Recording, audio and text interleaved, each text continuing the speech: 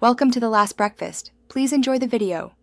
You start by confirming the Hitch class and the vehicle's towing specifications so you remove the right hardware. This prevents mismatches. Once done, spray penetrating oil on mounting bolts and let it soak so removal is smoother. Next, support the hitch with a jack and use safety stands under the frame. Make sure the vehicle won't shift.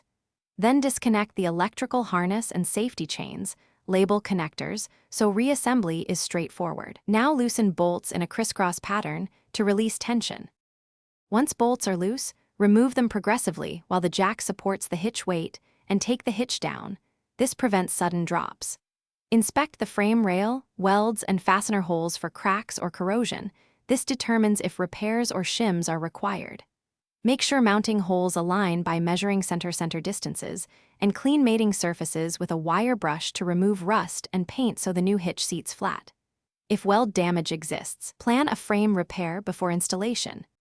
You mount the new hitch by aligning it with cleaned holes, hand-starting all bolts to avoid cross-threading, and then torque them in the specified pattern to manufacturer values so the load spreads evenly.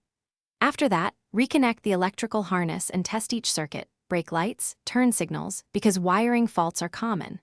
Lower the vehicle, then perform a short loaded test drive. Once cooled, recheck torque. If you hear creaks or see movement, stop and red-iton or inspect fasteners and frame for proper seating. Thanks for watching. If this was helpful, leave a like and consider subscribing. See you next time.